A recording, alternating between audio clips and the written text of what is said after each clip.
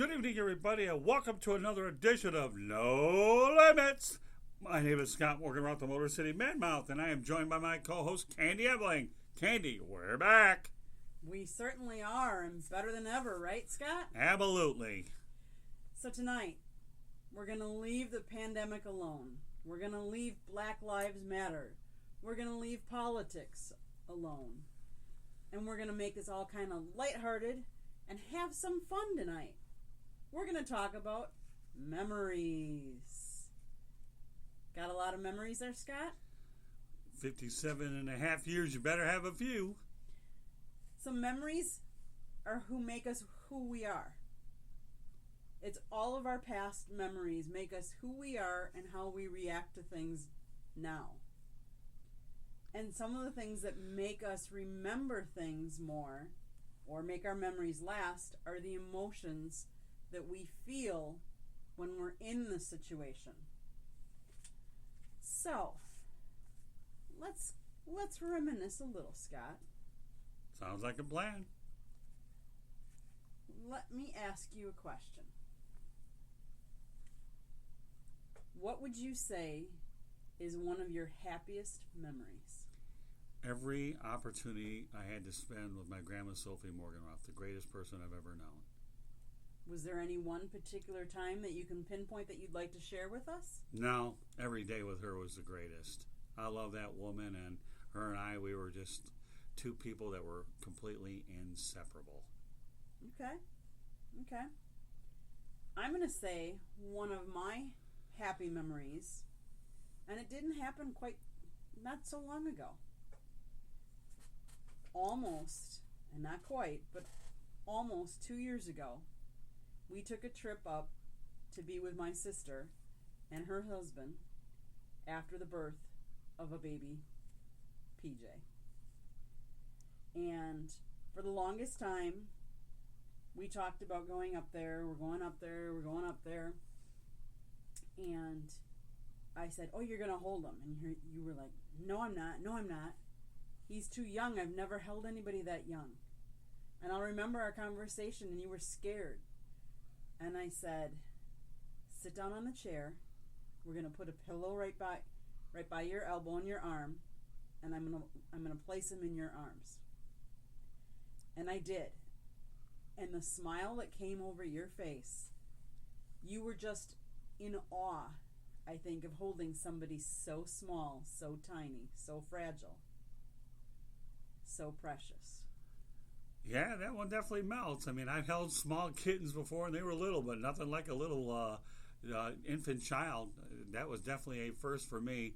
But yeah, unquestionably the first and only infant I've ever held. And I'll tell you, that was quite a time for sure. I mean, I admit I was timid that day, but boy, I'll tell you, I warmed up a little and enjoyed holding PJ Shepik. It was unbelievable. I know, I couldn't get him out of your arms then, so I could hold him again. Well, you got me to hold the Rugrat for golly. It was really neat to be able to hold him, and it's just amazing the fact that this young child is growing as quick as it seems like yesterday I held a little Rugrat, and all of a sudden we see him on Zoom calls, and he's running around there playing with the 9 zillions of toys. And I'll tell you, one of the more proud moments I had with PJ was when we bought him that little microphone from Cracker Barrel. I was trying to get him to be like his uncle, for crying out loud. Don't know where that microphone is in the toy chest, but hey, you're going to hold a child like that, you might as well at least have him hold a microphone like those toys that we have right now as we do this broadcast. Definitely is a fun memory, let's put it that way. Let's change gears, because let's face it, not all of our memories are of good times. Some of them are of sad times, some of them are bad times, but we learn from all of our memories. So, and I don't want to be a Debbie Downer, but we're going to go and talk about one of our sad memories, so then we can change it around and go into more fun topics. But let's talk about, what's one of your sad memories that you can remember? Well, I have a 1A and a 1B. When my grandma Sophie died on April 24th, 2000, and when my grandpa Sidney Morganroth died on May 11th, 1973, because of cancer. He died of lung cancer. I vowed in his memory that I would never, ever smoke. And to this day, in 1973, do the math to 2020, haven't done that. But losing my grandma Sophie unquestionably is right at the top. That's why it's a 1A, 1B. He died at the age of 55. And, you know, there are some family members you feel you wish I had a lot more time with. You know, even as I see my nephews and nieces have their grandfather later in the game, I never had the luxury of having my own natural grandfathers past the age of 13. One died of a heart attack, but this one died of cancer. What can I tell you? Those were tough. I understand. And what was so tough about her passing, though, is I was in Arizona. I had to take a red-eye flight and wrote the eulogy on the airplane. And I remember that I told myself, you better not blow it at the funeral. And that's when I felt like I was able to get the job done and send her off very well. Unfortunately, never went to his funeral. Family advised me not to do it because it would be one big nightmare. Perhaps they were right, but that's a 1A, 1B. Okay. I would venture to say that most people, a sad memory of theirs is losing a loved one. I have to admit, mine is just that. I will, to this day, never forget me and my husband, and he wasn't my husband at the time. We were seeing each other. We were dating. We were over at Duffy's, and we go to Duffy's because on Sundays, because we don't get the NFL package. So in order to see both of our teams' respective football teams, which is a sport we both love, we sit and we watch our teams play on Sundays. This particular Sunday, just like any other Sunday, we were sitting at Duffy's. It just so happened our teams were playing each other, if you remember. I wonder how many times that happens during interesting moments, but go ahead. And I looked down at my phone for some reason, and I saw that I had missed a call from my dad. And I'm like, okay, well, that's kind of weird because I don't normally typically get calls from my dad. So I excused myself. I went outside because I have a hard time hearing people on the phone when I'm inside a restaurant, especially on a Sunday when there's all kinds of football games going and people are cheering and everything like that. And I was out on the patio, and I listened to the message, and it just said, call me. And so I called him, and he gave me the news that I was not prepared to hear. Right. I remember just feeling numb. Mm-hmm. And I walked back into the restaurant to let you know what had happened. And I had a hard time telling you. Right. I had a hard time, letting the words out of my mouth because I guess I just didn't want it to be real. I didn't want it to be true. And I was just numb. And that's probably one of my saddest memories. Yeah, I mean, I saw when you came back in the restaurant, like you were really, if words can describe or body language could describe, that was definitely unbelievable. Although I got to tell you what's interesting about it that would happen later on. You would go to a football game at Ford Field. The Lions were playing the Packers on your first birthday, and the Lions ended up losing off of a Hail Mary, and the Packers would end up winning on that last play. And I remember telling George Eichhorn downstairs, I don't know, I have a bad feeling about this football game.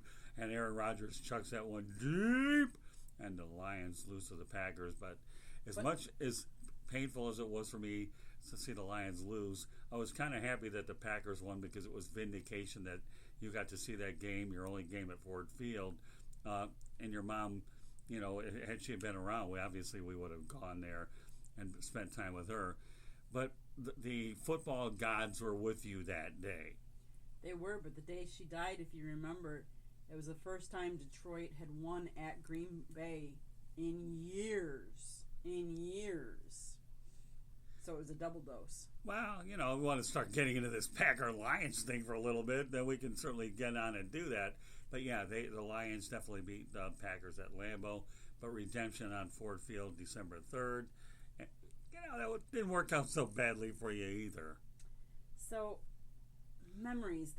Let me add another thing, which I think is interesting about the Lions and the Packers thing. First of all, your mom, I'll never forget, what a wonderful person, that when I was hospitalized for several days, she'd call me 3 times a day. And I wasn't even married to you, but she gravitated to me right away. For some crazy reason she did. But so I felt like I lost her. Yeah, well, that's true. I mean, doing the midnight ride of Paul Revere all over the country, she wouldn't know any better. She just didn't realize how crazy it was that I would get stronger as the night would go on, which is unheard of in your family because they're normal and I'm anything but. But that's for another day. But that woman's picture here in the studio to me resonates, and that's how much I think of the woman. She called me all the time. And ironically, when your mom died, I had to take a 215 license. So it took me a few days to regroup and stay focused, and I know that's what you would want. So you talk about mixed emotions and chills running down my spine during the course of that week, without a doubt. So continue on. So a lot of times, when do we think of our memories? How do they pop up? Is it something that happens that provokes our memories? Is it perhaps a song? Is there a song that provokes any type of a memory for you, Scott? Oh yeah, without a doubt. Wind Beneath My Wings. I play it. I enjoy hearing that song whether I'm driving or meditating, and driving to me is something I like to do anyways. But every time I hear that song, Wind Beneath My Wings, I think of the angels above us. And I think when you talk about emotion and wind beneath my wings, angels, they go hand in hand. But when every time I take a meditating drive, I hear it. Every time I hear that song, it's still the same type of thing. I'm gonna list a couple of them because I have 3 that are definitely evoke certain memories. The first one would be, and it's a funny one. It's Piano Man. And what used to happen is, back in the day when I was much, much, much, much younger, me and my sisters, as we were getting ready for school, we would play it every day, and we would all sing it together before we started our day. The second song I would say would be Silent Night. It was one of my mom's favorite Christmas songs, and I always remember going to church service on Christmas Eve night, and they would turn off all the lights, and we would all hold candles, and we would all sing that song. And so it always reminds me of Christmas. Obviously, it is a Christmas song, but it brings back that memory. And then the last one, but certainly not the least, would be All of Me by John Legend, because that was our wedding song. And every time I hear that, in fact, that happens to be my ringtone for you. It always brings back that happy day and memories of the day that I said, I love you today and forever. Wow, that's pretty good stuff. It really is. Good memories. Yeah, that is a good song. And I can think of a lot of songs. I just wanted to limit it to one. But All of Me, I mean, if I want to get into a song, maybe one day we'll just go ahead and do a broadcast. You had the 1A and 1B for the sad, right. So I have the 1A, B, and C for the song. Well, I think we're going to actually do a No Limits one time, now that I think about it, of our favorite songs. So we'll go ahead and save that one for down the road. Right now, I'm going to get to one. So sounds like fun. Yeah, so that was definitely pretty good stuff. So, is there a particular memory you have of a holiday that invokes you to talk about it? Oh, yeah, without a doubt. My birthday at Miller Park, number 54, days before our wedding. Marie Shepik, my beautiful young sister-in-law, who, by the way, is a fellow USF Bull, I might add, and along with the family, went ahead and made me a hockey cake, which was homemade. Now, I got to tell you what was so good about the cake. Not only the way that you guys built that cake, but one of my friends who was Super Agent Lee Steinberg, a lot of people in sports athletics will know, actually commented what a great cake it was. And I respect Lee to the hill. So, yeah, that was unbelievable. My 54th birthday had my cousin Cindy there, and my Aunt Judy were there, I believe. Or no, maybe not, but Cindy was there, and a lot of family members, and it was just unbelievable to see that hockey cake looking like a rink. My goodness. Yeah, it even had the glass around it and the goals and everything like that. But we showed Judy, though, the actual picture of it, and she was definitely thoroughly impressed. Anybody that has a picture of that cake, if I can ever find it, I'll dig it up, but it doesn't matter. I know what a hockey rink looks like after 57 plus years. So yeah. Didn't they even try and put the Red Wing logo on in the center too? Yeah, it was unreal. Hey, what you guys did was just masterful. But to spend my birthday in a baseball stadium, and then again, we can talk about that baseball stadium in 9 million different contexts. But heck, you know what? If I'm going to have a wedding and my Super Bowl week, why not do it at Miller Park at TG Fridays? Unfortunately, Fridays isn't there anymore, but the facility is still there, and the memories and the view will never go away. But yeah, that was definitely off the charts. And you know what? I'll waffle and say that your mom got me a Lions blanket as well, so that kind of falls into that Detroit thing that your mom was able to tag me with so often, so frequently. But that was just the fact that she didn't care where I was from. I was one of hers. That's true. That's true. I would say, for me, I mean, I have tons of holiday memories, but one of the things that I cherish most when I was growing up, and actually I would say not so much when I was growing up, because it was actually more when I was a little bit older. I work in the financial industry, and I worked on a government location, on the government grounds, on a VA grounds. And obviously holidays were important on a VA, on a federal grounds. And my grandmother, she would always know when it was a holiday, because a holiday was always a different color on your calendar. So she'd use the old-fashioned calendars, the wall calendars, and a holiday would always be marked. And yes, you have your big holidays that everybody has off. You know, your Christmases, your Thanksgiving. But then there's those little holidays, you know, President's Day and Martin Luther King Jr. Day and Columbus Day and Veterans Day. And so when I worked on those federal property, I got all those holidays off. And my grandma would always request me to come up and help her. My grandma lived to be 96 years old. She managed a 115-acre farm all by herself. At the end, at least. And I always remember going up there on all those holidays by myself, and just the two of us would hang out. She'd always have a candy-do list so that we would tackle many things as we could get done. And one of the things we always used to do before the Christmas holiday is I'd go up there. I'd take a day off from work, and I'd go up there and we'd bake cookies. And sometimes I took a couple days, or maybe I'd take the weekend. We'd bake cookies, we'd make candy. Just had good times. That's probably one of many that I could get into. Well, having been to that farm, and we went up there one time when we took the back way around Michigan through Mackinac. I thought it was a great place. So I can definitely appreciate and visualize where you're at. And the serenity. Farm. Yeah, well, serenity. Mm-hmm. When you start talking serenity, you're talking a different animal with me. I can think of 9 million ways to be serene, but yeah, I could picture this place anyway. So it definitely gives me the visual part of it. Okay, so let's go way back. Let's go to one of your favorite childhood memories. You know what? I've had a lot, but I'll tell you the one that really does stand out is winning the Little League World City Championship Series with a 21-0 Wildcats team managed by my father. And ironically, in 1973, that was just shortly after my grandfather died. And I'm going to tell you right now, that to me was just unbelievable. It really was.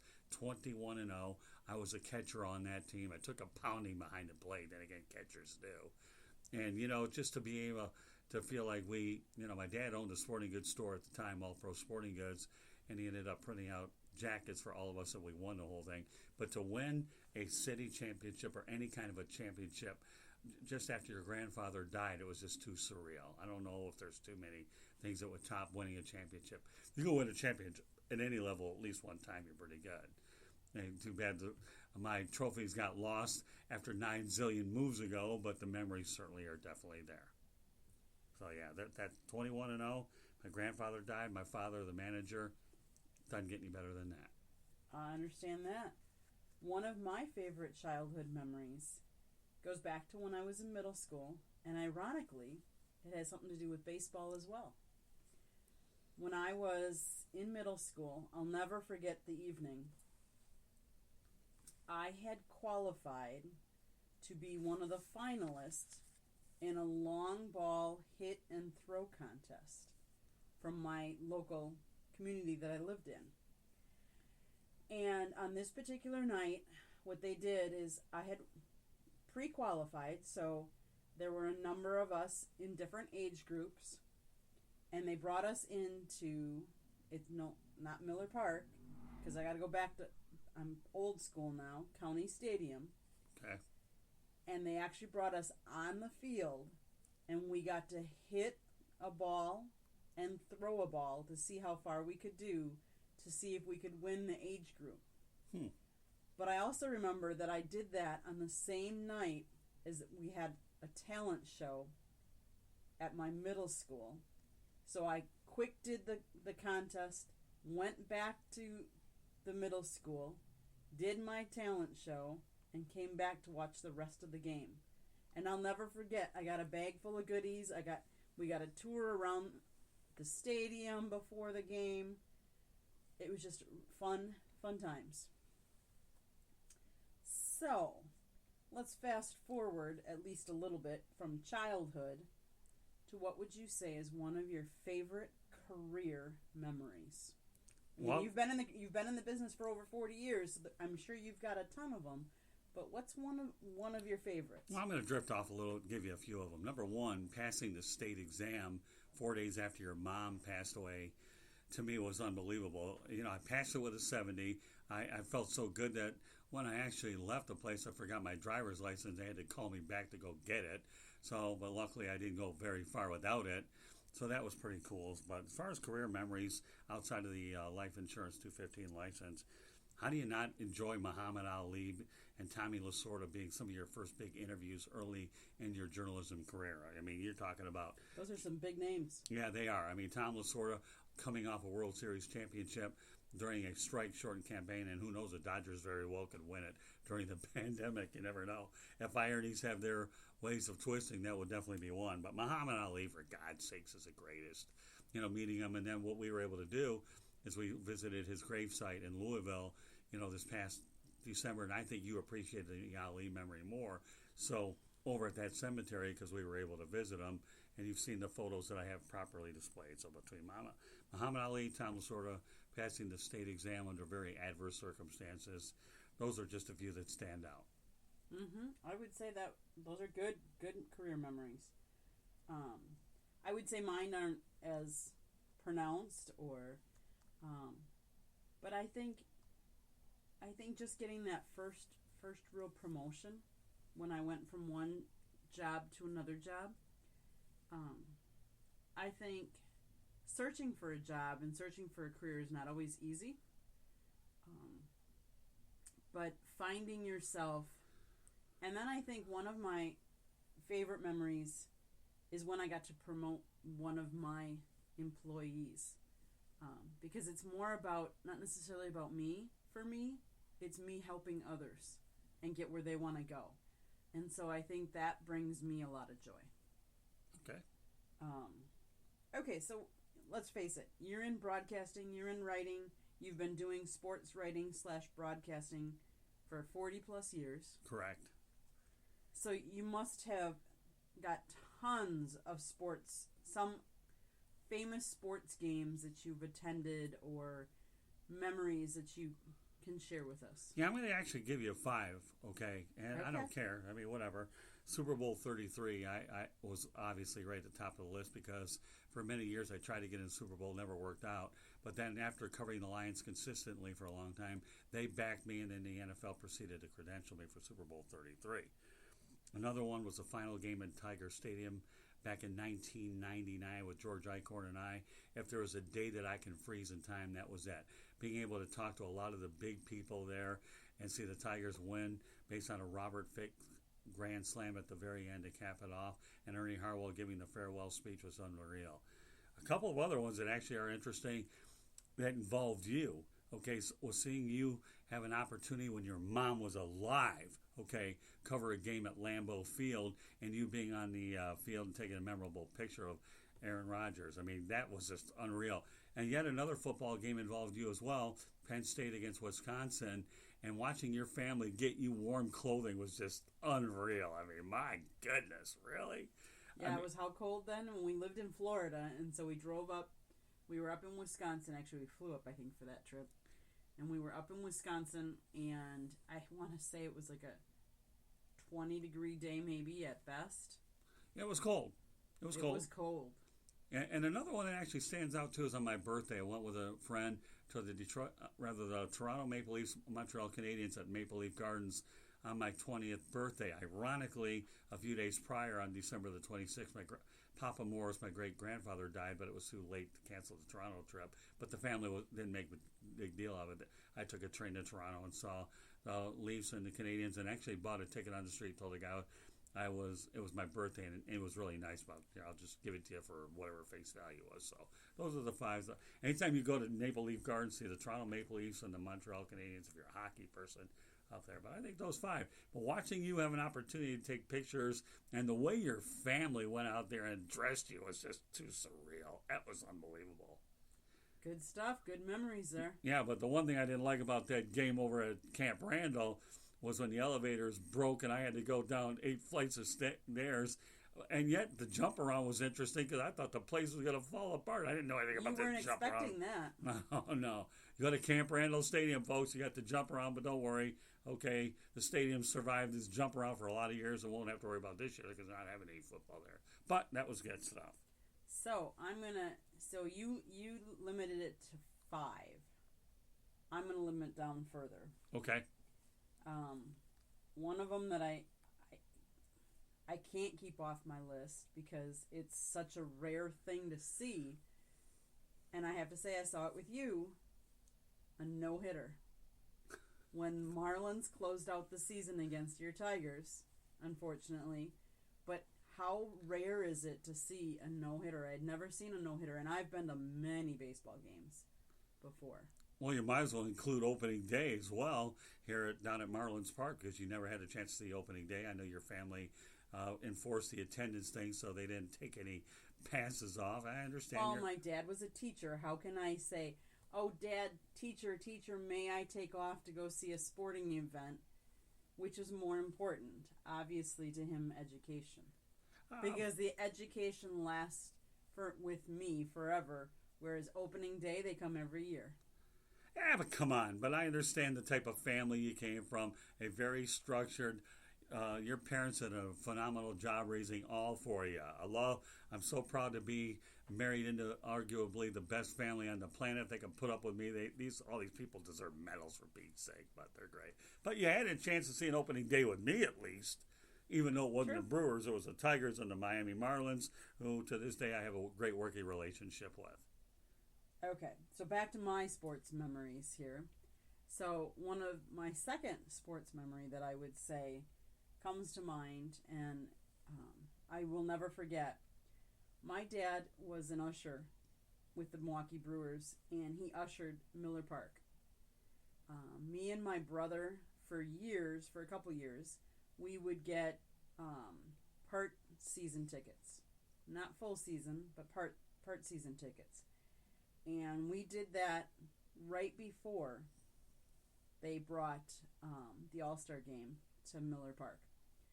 And because we had part season tickets, we could get tickets for the All-Star game. And I've never been to a World Series. I've never been to a Super Bowl. I've never been to any one of those.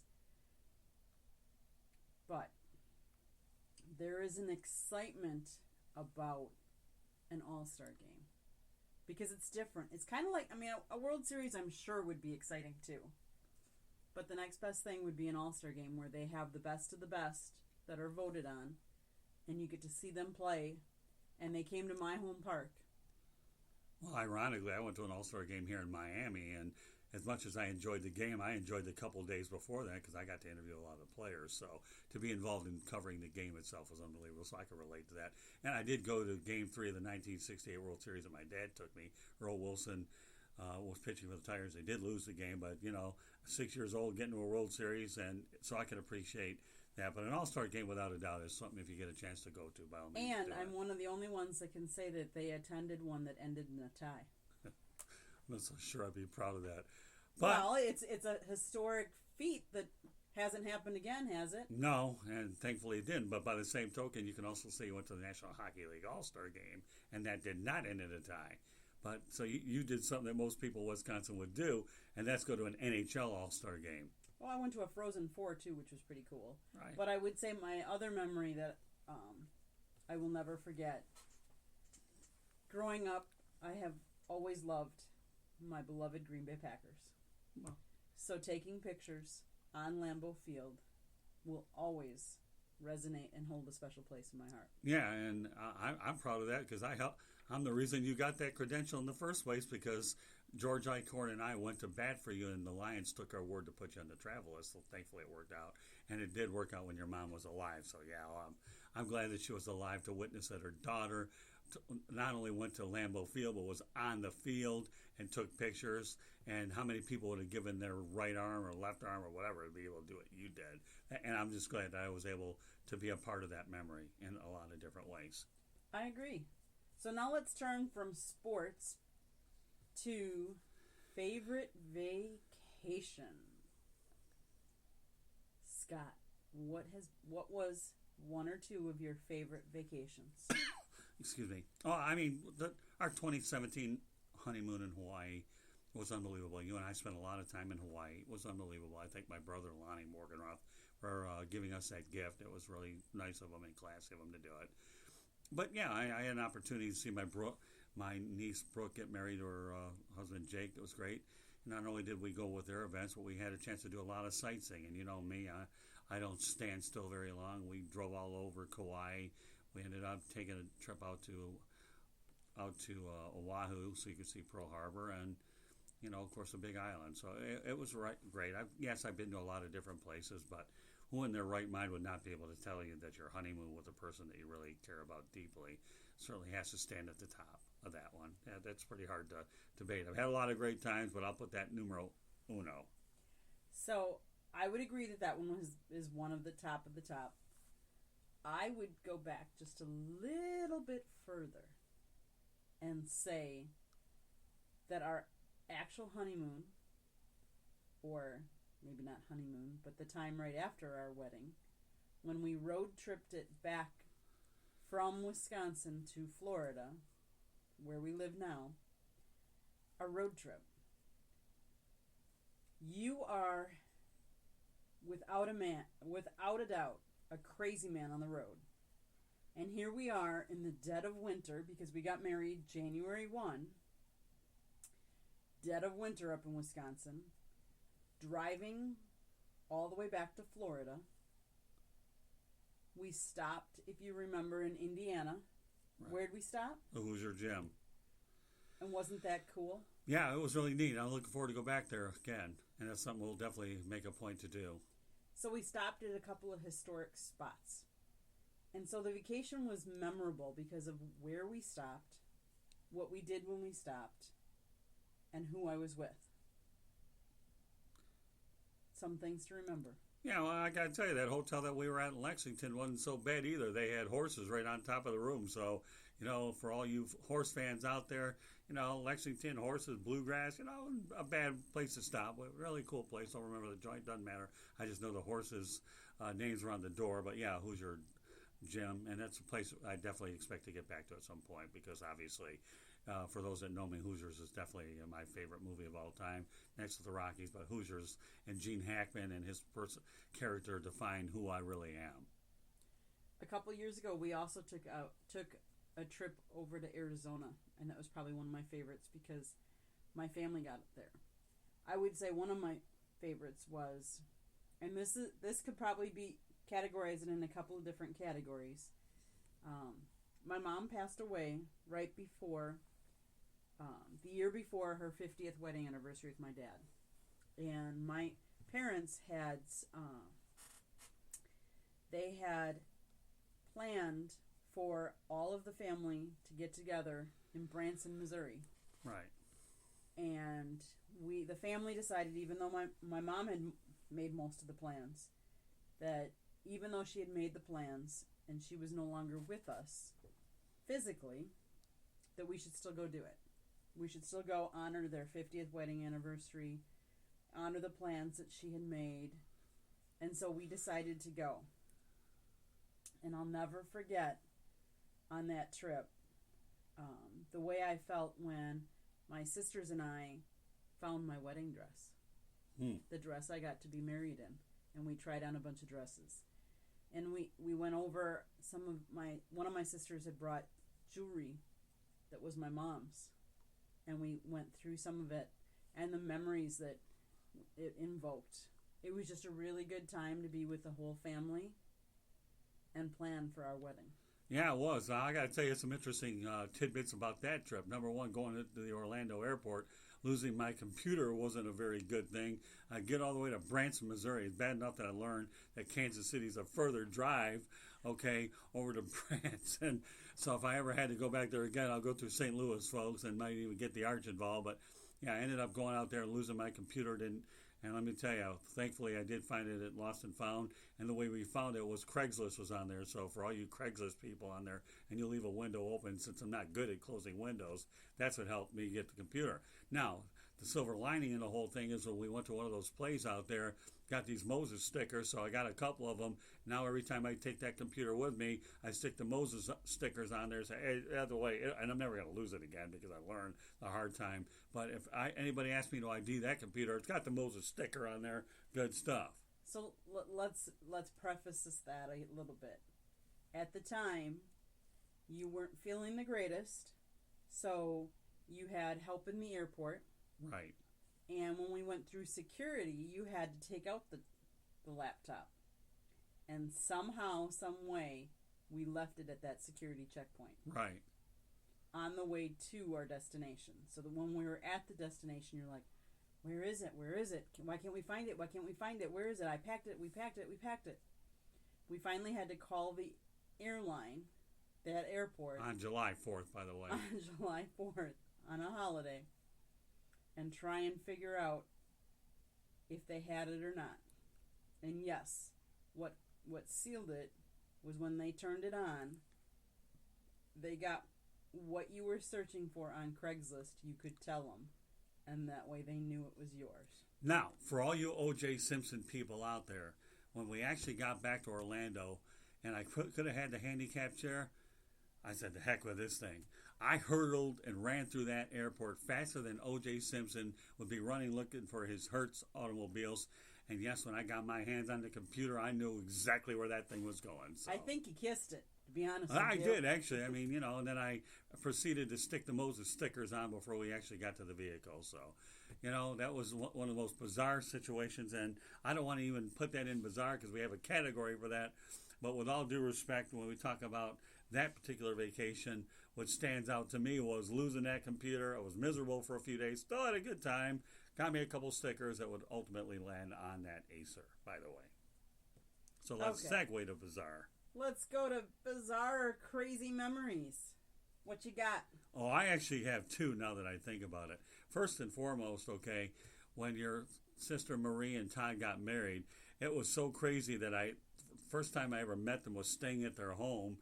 And I'll never forget your sister Denise. And, it must be kind of weird for you to meet some new people, for the first time, especially during their wedding. And God love you, Denise, if you're listening to this broadcast, because you were right.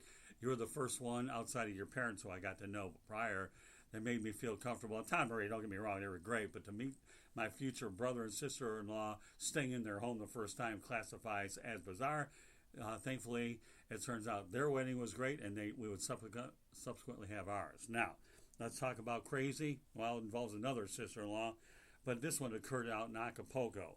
I'll never forget the time when my brother Lonnie, some friends, Ronnie Grant, who would be a mentor of mine in sales, myself, and I believe another family member went. I believe, I can't remember who it was. Probably not really matter.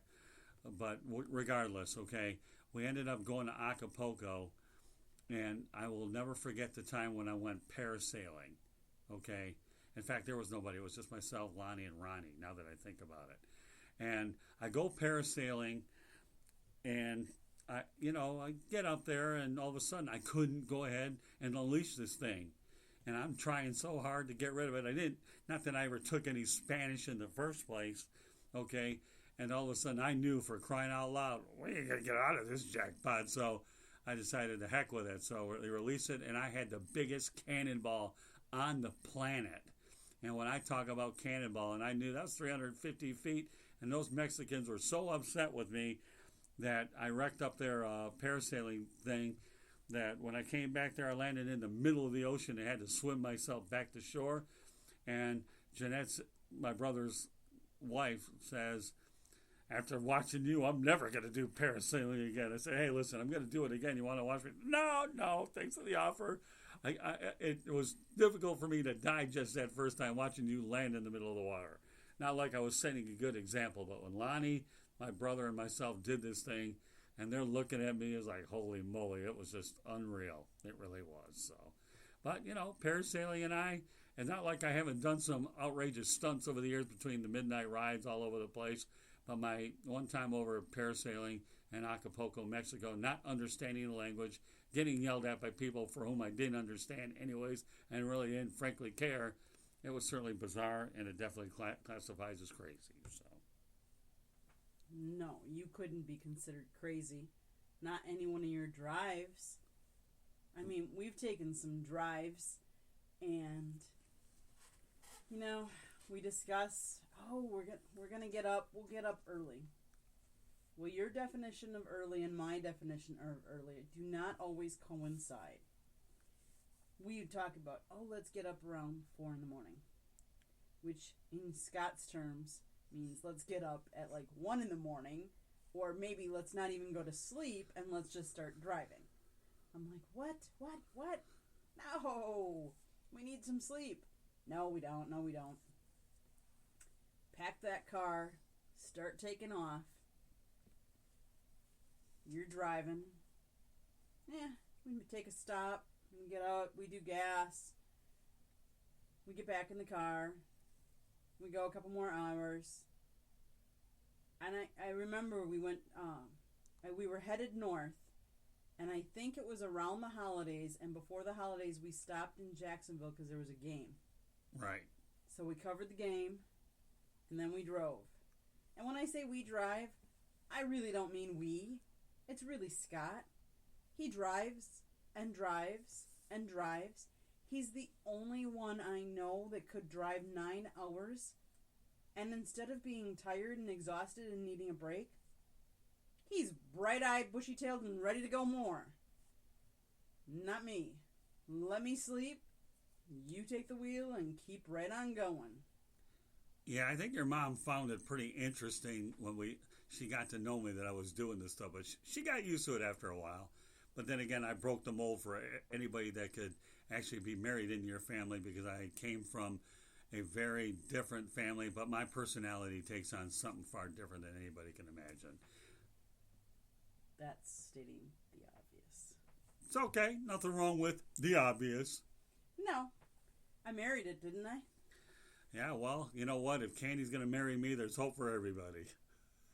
Okay, so we've done a little crazy. We've done a little of our favorites. We've done some sad. We've done some happy. What's one of your fun memories, Scott? Well, you know what? I could have a lot of them, but I'm only going to let one this time. Oh, my goodness. You're going to narrow it down to one? Yeah, my funnest memory actually was in 1986, August, when I got my degree from the University of South Florida. Period. I paid my way through college. I told my grandma Sophie I didn't want to take out any student loans at all, or grants or anything. I'd have to pay them back. But to be able to pay your way through college and be able to see the beginning and the end of a goal and be able to celebrate it at the Sundome was just unbelievable. And you know what? I have the ring. I really am proud of that ring. And I'll never forget the time how proud I am. I once went out on a date one time, and when the lady asked me, "Why are you still wearing your college ring?" I said, "Because I'm very proud of it. When I die, I want to be buried with this ring because to me, that is my championship ring. I'm a proud University of South Florida Bull. Ironically, so is Marie, but she got her master's degree there.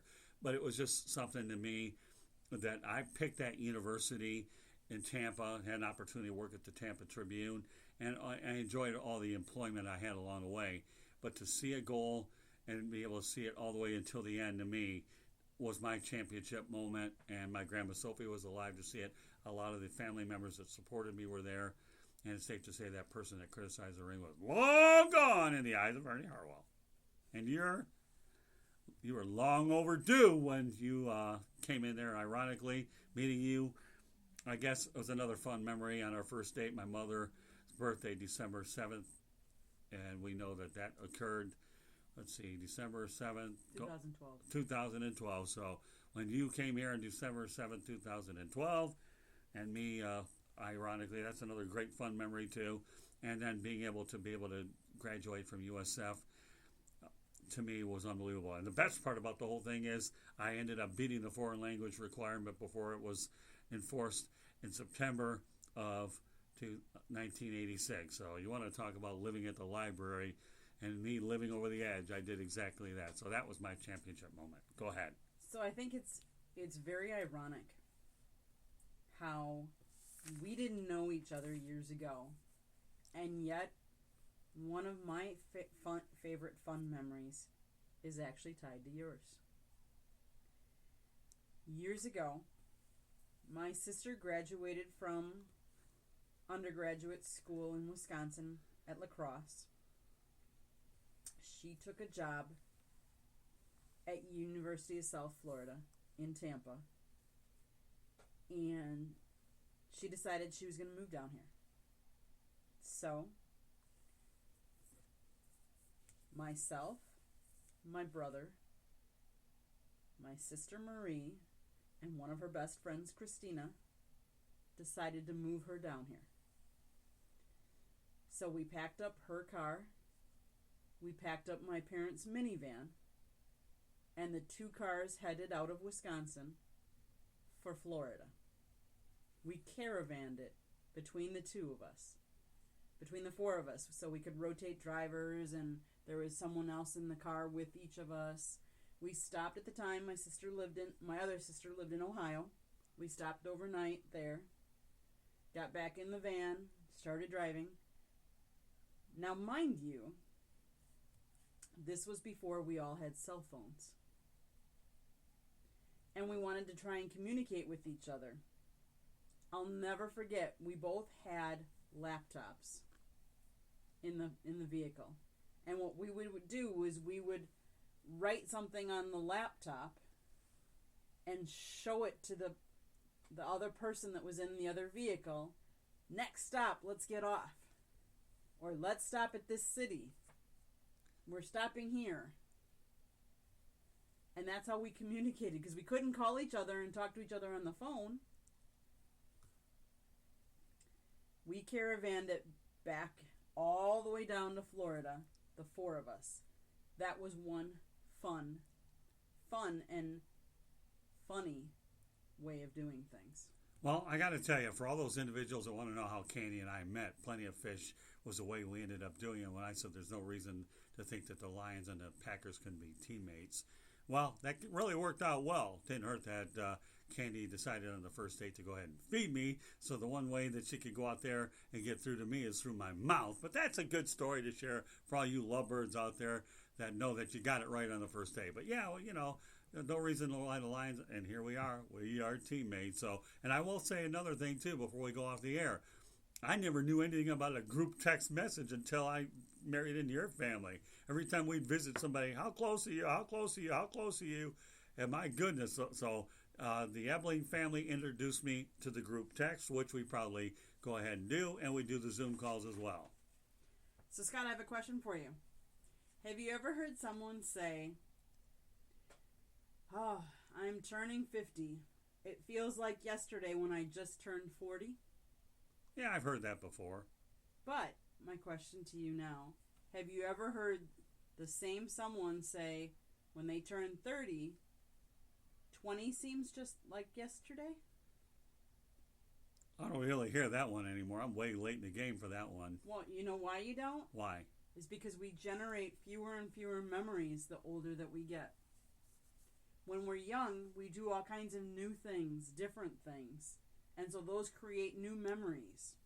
Let's face it, if you went to the beach every day for a month, are you creating a lot of memories? Not necessarily, because it's not something new. So what we challenge you all to do is to take on new challenges. Endure something that you normally struggle with. Feel your intense lows and highs, because those are the times that you're creating memories. Do things with people. You know, all these people, you want to throw your kids a birthday party. Okay, throw the birthday party. You want to get them expensive gifts. Let me tell you, how many of you remember the first cell phone that you had? Or the second cell phone? Or the third? You're not going to remember those things. But you remember the trips, the memories you create when you go on those trips. Write things down, take pictures, so you can relive some of those memories. Well, I'd be depressed with what you said here, because if I had a cell phone with pictures, think of all the great pictures I would have had with all these other people would have met. But that's for another day. But how many times have you said, man, if only I had had a cell phone 10, 15, 20 years ago that took pictures, how many pictures would you have now? More than I'll want to know. And that's as depressing as wondering what happened to my baseball cards growing up as a kid that got chucked out and how much money I would have had. But back in the day, every young child has to deal with that. And let's tie another USF thing, if I may.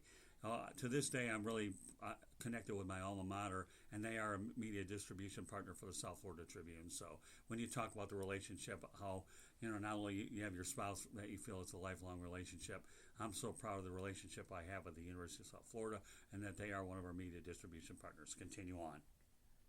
So, Scott, do you have any closing thoughts? Absolutely. I hope you've enjoyed this edition of No Limits. Just to give you a little bit of information about us, okay?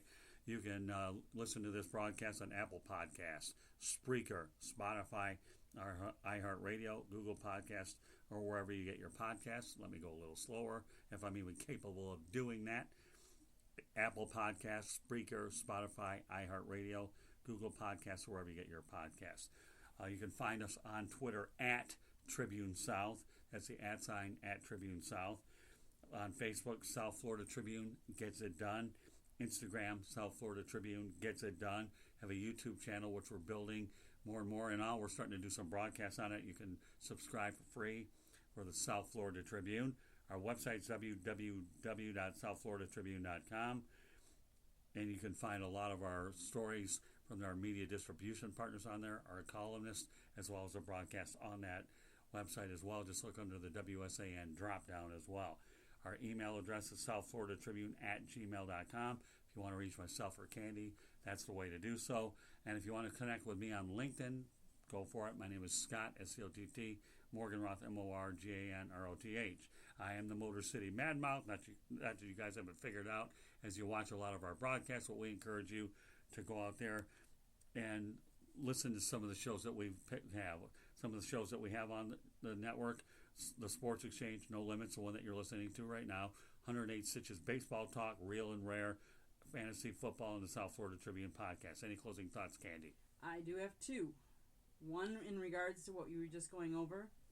We are always looking for new ideas of topics you want to hear about, you want us to talk about. So please email us your ideas. www.southfloridatribune or southfloridatribune@gmail.com. Email us. You can comment on the website as well. Either way, we'll get the comments. But we're looking for ideas that anybody else wants to talk about. We hope we took your mind away from all the daily things, the politics, the voting, the Black Lives Matter, the COVID-19, all of that. And I'm going to leave you with one final note.